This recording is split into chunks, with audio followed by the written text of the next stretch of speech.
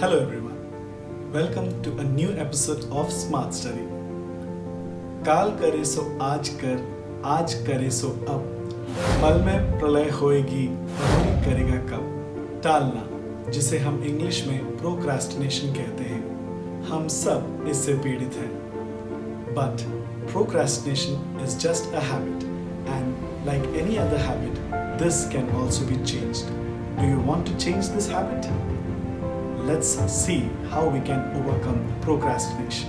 Step 1. Recognize that you are procrastinating. You might be putting off a task because you have had to reprioritize your workload. If you are briefly delaying an important task for a genuinely good reason, then you aren't necessarily procrastinating. However, if you start to put things off indefinitely or switch focus because you want to avoid doing something, then you probably are. Sometimes you may also be procrastinating if you fill your day with low priority tasks. Leave an item onto your to-do list for a long time even though it's important. Do certain things several times over without making a decision on what to do with them. Start a high priority task and then go off to do something which is of low priority. Fill your time with unimportant tasks that other people ask you to do instead of getting on with the important tasks that are already on your list. Wait to be in right mood or wait for the right time to tackle a task. Step 2. Work out why you are procrastinating. Poor organization can lead to procrastination.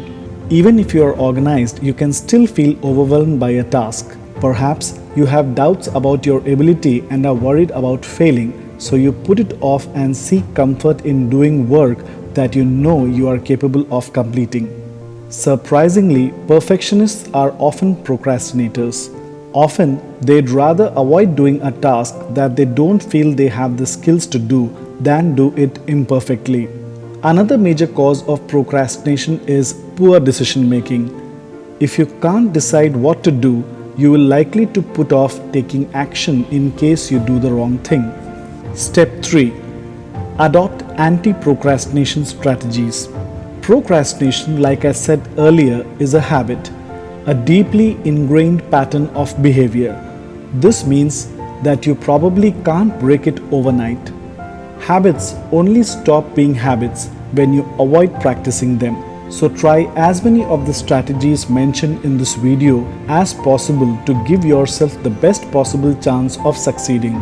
Forgive yourself for procrastinating in the past. Studies show that self-forgiveness can help you feel more positive about yourself and reduce the likelihood of procrastination in the future. Commit to the task. Focus on doing, not avoiding. Write down the tasks that you need to complete and specify a time for doing them. This will help you proactively tackle your work. Promise yourself a reward. If you complete a difficult task on time, reward yourself with a treat, such as a slice of cake or a cup of coffee, and make sure you notice how good it feels to finish things. Ask someone to check up on you. Pressure works. This is the principle behind self-help groups. You can ask anyone dear to you at your home to check up on you. Act as you go. Tackle tasks as soon as they arise rather than letting them build up over another day. Rephrase your internal dialogue. The phrases need to and have to, for example, imply that you have no choice in what you do. However, saying "I choose to" implies that you own a project and can make you feel more in control of your workload. Minimize distractions. Turn off your email and social media and avoid sitting anywhere near a television while you work. Get those tasks that you find least pleasant out of the way early. This will give you the rest of the day to concentrate on work that you find more enjoyable. Remember, habits are difficult to change, but not impossible. God created us to turn impossible things into possible ones.